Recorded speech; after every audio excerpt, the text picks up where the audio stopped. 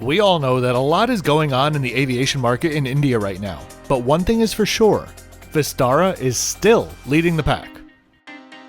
Hi there, my name is Kevin. This channel came from a love of traveling, a love of the full process and the journey itself. I feature airline trip reports and high-end hotel reviews from all over the world. My reviews aren't sponsored by airlines or hotels, so you can be sure to get my unbiased, honest opinion. Am I an expert? You can decide. Am I fair? Yes, I am. Let's get into it. Welcome to Early Morning in Chennai.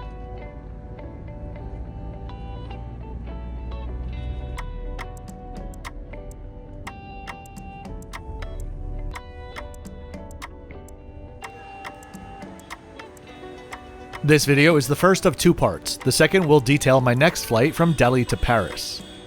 If you'd like to know exactly what I paid for these flights, or you just want to know what my next 5 videos in queue are, please check out the description below.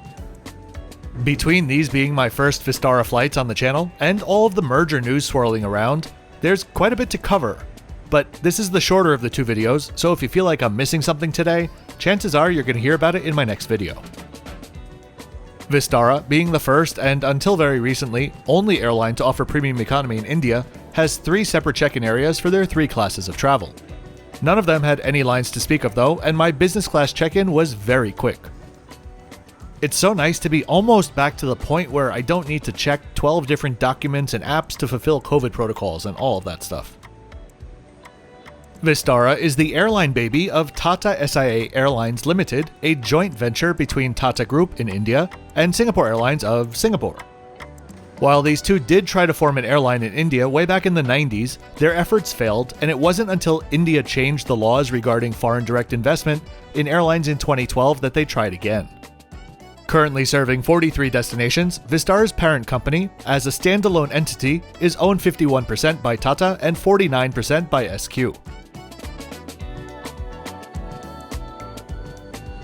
There was just one lounge open in the domestic terminal here in Chennai when I took my flights, and it seems like you could get in if you literally flash anything from your wallet. I was welcomed in and then went right back out as I saw how busy it was. Literally, no seats available in a terminal that was otherwise not really that busy at all.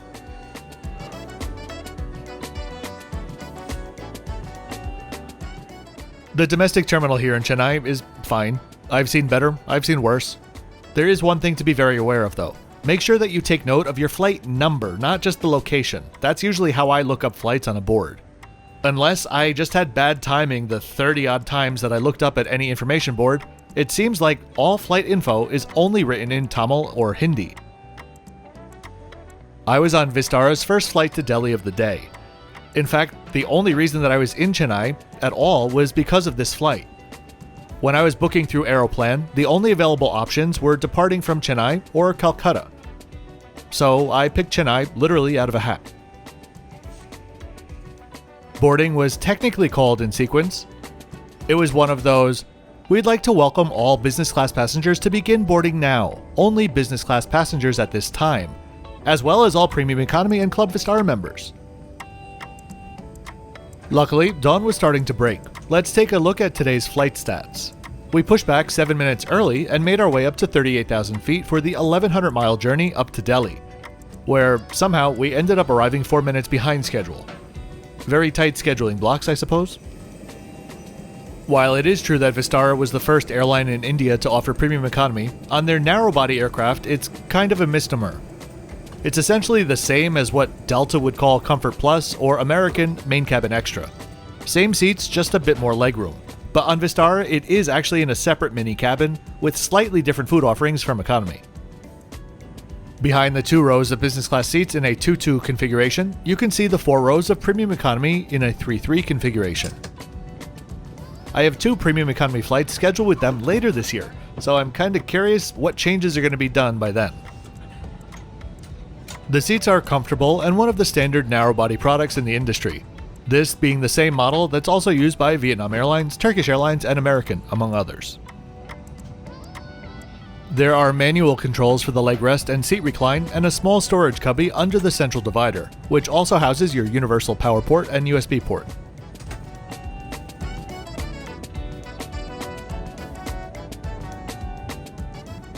Legroom and knee room is aplenty, and there's also a fold-down footrest. A very friendly and efficient crew came around with pre-departure drinks, water, juice, or coconut water, which I thought was a nice touch and what I chose. We pushed back and, well, yeah, monsoon humidity, not the best for trip reports. We made our way to the runway to start our journey. The spool up, takeoff, and flight stats, as well as a bit of a clearer view, are coming up now.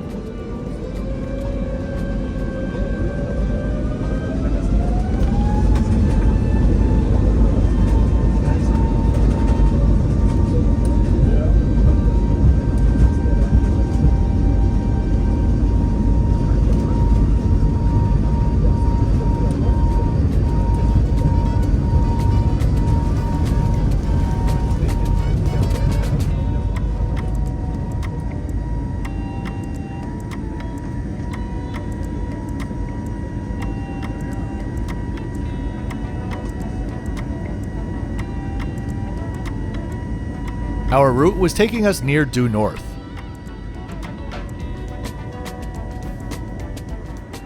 As always, overhead vents were very much appreciated.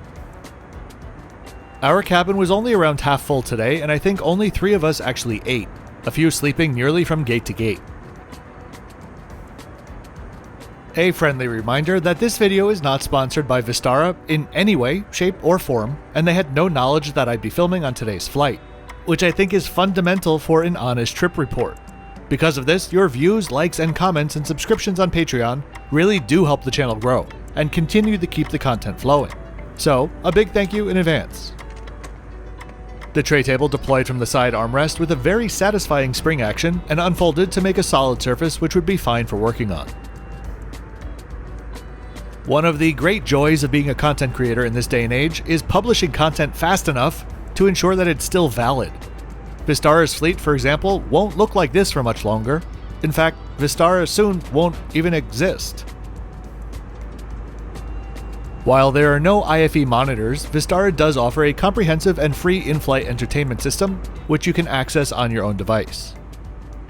The word Vistara comes from the Sanskrit word for limitless expanse, in this case referring to the sky. Their logo is derived from a yantra, a perfect mathematical form that reflects the unbounded universe. So they say its fluid interconnecting lines reflect the seamless experience the airline wants to offer its customers. How's that for a corporate soundbite?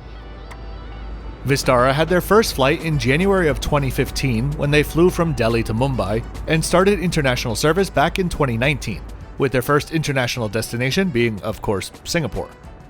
Okay, time for breakfast, which I was very much looking forward to for one very specific reason. Here's a look at the full menu. Yes, they have physical menu cards for 2-hour domestic flights. I went with the masala omelette, which was served with chicken sausage and cheesy potatoes. Alongside, there was also a multi-grain croissant and a fresh and ripe fruit cup.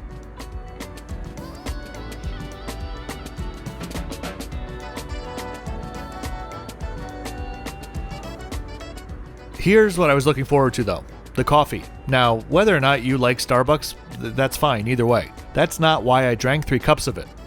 But this is coffee that was actually brewed in a French press on board. It never occurred to me before, but now having seen it in practice, it blows my mind that more airlines don't do this. Seeing that sediment at the bottom of the cup is like a morning gift from the coffee gods. A quick look at the bathroom showed, well, exactly what you'd expect. It's clean, there was soap, that's about it.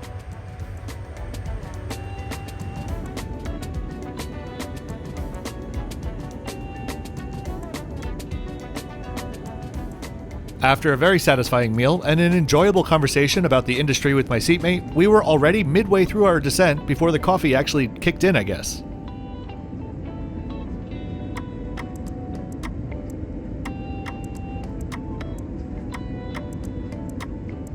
Turned out to be quite a hazy approach, and soon enough we were on the ground.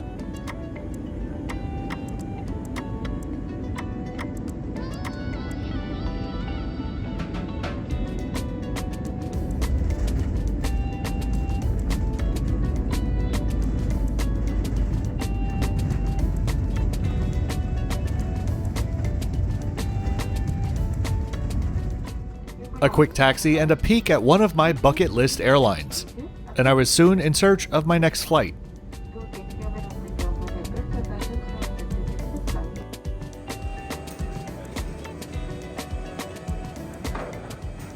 Short and sweet it was. After landing, it was time to find the transfer desk so I could be pointed in the direction of my transfer.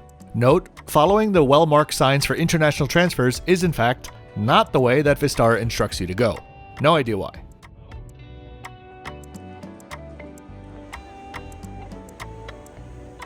The only thing that I could possibly say should be improved is the lounge in Chennai, but that's not Vistara's fault per se, and some won't like the lack of IFE, but that's not a problem for me.